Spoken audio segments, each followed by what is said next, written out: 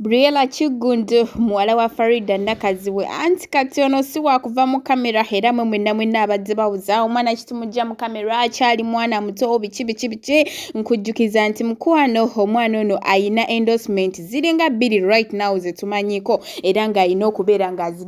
advertisinga buli ssaawa naye nga ate nkujjeyo ye Arthur Kayima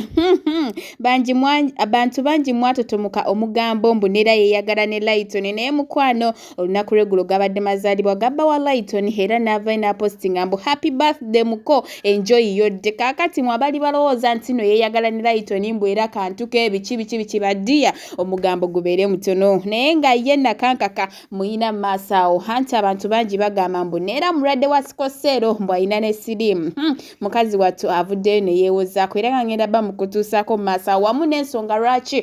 Kenzo yaleka Rema Namakula mu nnyumba byonna mbiyina naye nga nzikiriza nsoko okwebaza gwena omulungi ya subscribinga ku Wonderboy UG timukwano wakola kyamaanyi nnyo ddala era nga nawe batunaa ku subscribinga darling beera ngo subscribinga kona ku notification bell ayi tubeere nga bugiri etuteekayo mukwano gwasika ozifuna naye nga serabidde ababiva organic ono ng'akozesa eddagala ly'obutonde okujjanjaba te Hajati Kaloddo ono akulombera edduwa byonna ebyekutte ne bikola ki ne bita naye nga sinnaba kwongerayo mbadde nkusaba video no gimpere like ate esobole okuba nga yeeyongerayo munnange nno olunaku lw'eggulo poliisi yayisizza ekiwandiiko era nga egamba nti ewoninga ba promoters bonna ababuukinga Kenzo nti tebagezaawo okumubuukinga paka nga Kenzo amaliriza ensonga ze eza kooti n'abaluba events lwansonga abaluba events bavayo ne wabambo Kenzo yabasasula ssente zaabwe mu kivulu kye baali basaza mu 2019 so kati bamuyimiriza okuba nga performinga wano mu ggwanga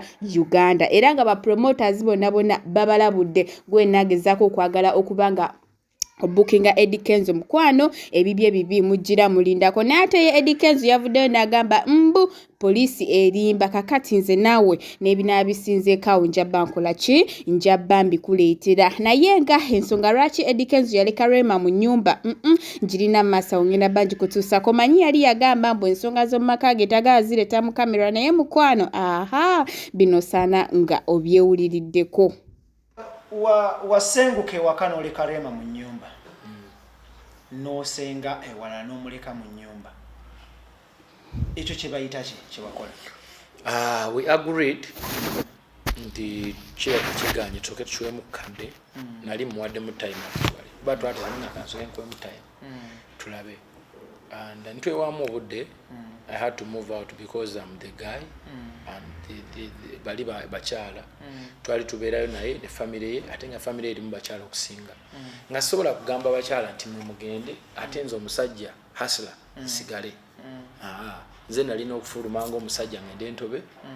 Mananga, okuba ng'olina sickle cell si musango, it's not a crime. So if I'm a sickler, if I'm what, it's okay, it doesn't matter. Those who love me the way I am. Oba ndi murade. By the way, mubanda mwe sickle cells. Ne HIV. Made ntwagamba oli agamba abantu mbu balina sickle cells mbu ABCD. Mind you, osobola okuba nga tolina sickle cells and you get married to a man who is a carrier of sickle cells. Mukwano, trust me kuba nabooza dde osobola okufunamu omu atalina sickle cells if you didn't know. N'osala buli mwana nga alina sickle cell. So, me as a person, tekinnuma nti mumi balina sickle cells because I've ever seen someone alina sickle cells and I know the pain they go through.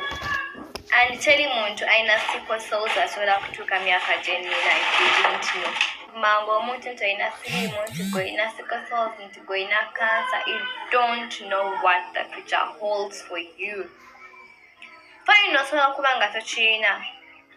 ne kijjira mwana wo gw'ogenda okkirinta ku